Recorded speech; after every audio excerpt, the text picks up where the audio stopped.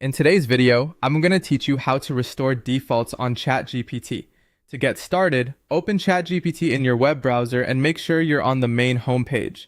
Once you've arrived there, give yourself a moment to get oriented because the option we need is tucked into the lower left area of the screen. From the homepage, look down toward the bottom left-hand side.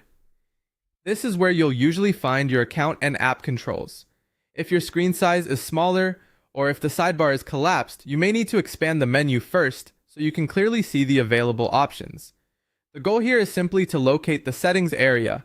Once you see it, click on Settings. This will open the Settings panel, where ChatGPT organizes different preferences and customization options.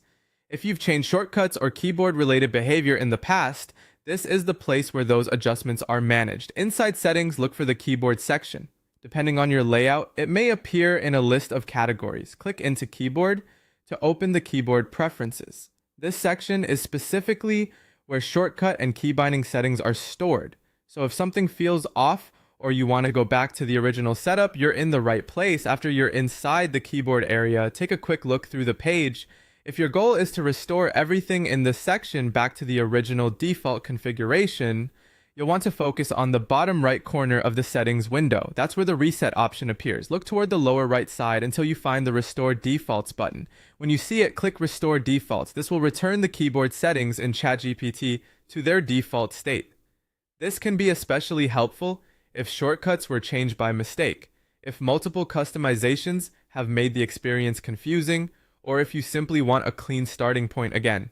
Restoring defaults is a quick way to undo those keyboard-related changes without having to manually adjust each setting one by one.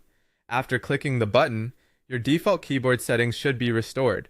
At that point, you can close the settings panel and continue using ChatGPT with the original shortcut behavior back in place. And that's all it takes to restore defaults on ChatGPT.